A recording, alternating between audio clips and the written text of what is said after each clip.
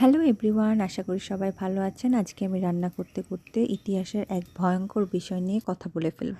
1775 সালের ফেব্রুয়ারিতে একজন ড্যানিশ মহিলা তার 4 মাস বয়সী শিশুকে হত্যা করেছিলেন। কর্তৃপক্ষ যখন তাকে মৃত শিশুটির সাথে খুঁজে পায়, তখন তিনি বলেছিলেন যে তিনি তার অপরাধের জন্য আনন্দের সাথে মরতে প্রস্তুত। কেন এমন ঘটনা ঘটেছিল?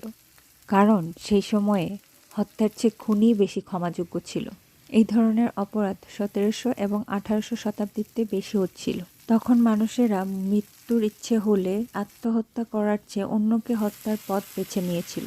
এই ঢেউ ইউরোপের বেশিরভাগ অংশ জুড়ে ছড়িয়ে পড়েছিল। যতই অদ্ভুত শোনাক না কেন, মানুষ কেবল মৃত্যুদণ্ড পাওয়ার আশায় খুন করত। কারণ ছিল সেই সময় আত্মহত্যা কেবল অপরাধী ছিল না, বরং আত্মাকে চিরতরে নরকে দণ্ডিত করা হবে বলে তারা এই পথ বেছে নিয়েছিল। অন্যদিকে এটি প্রচলিত ছিল যে খুনিরা যদি তাদের অপরাধের জন্য মৃত্যুর আগে গভীরভাবে অনুতপ্ত হয়, তাহলে তারা সরাসরি জান্নাতে যেতে পারবে এবং সম্মানিত হবে। এই ধরনের চিন্তাধারার জন্য তখন কর্তৃপক্ষ কঠোর শাস্তির ব্যবস্থা গ্রহণ করেছিল। যদিও এখনকার সমাজ ব্যবস্থায় এরকম চিন্তাধারার মানুষ খুঁজে পাওয়া যায়। আল্লাহ তাআলা মানুষকে এই অন্ধকার চিন্তাভাবনা থেকে হেফাজত রাখুক।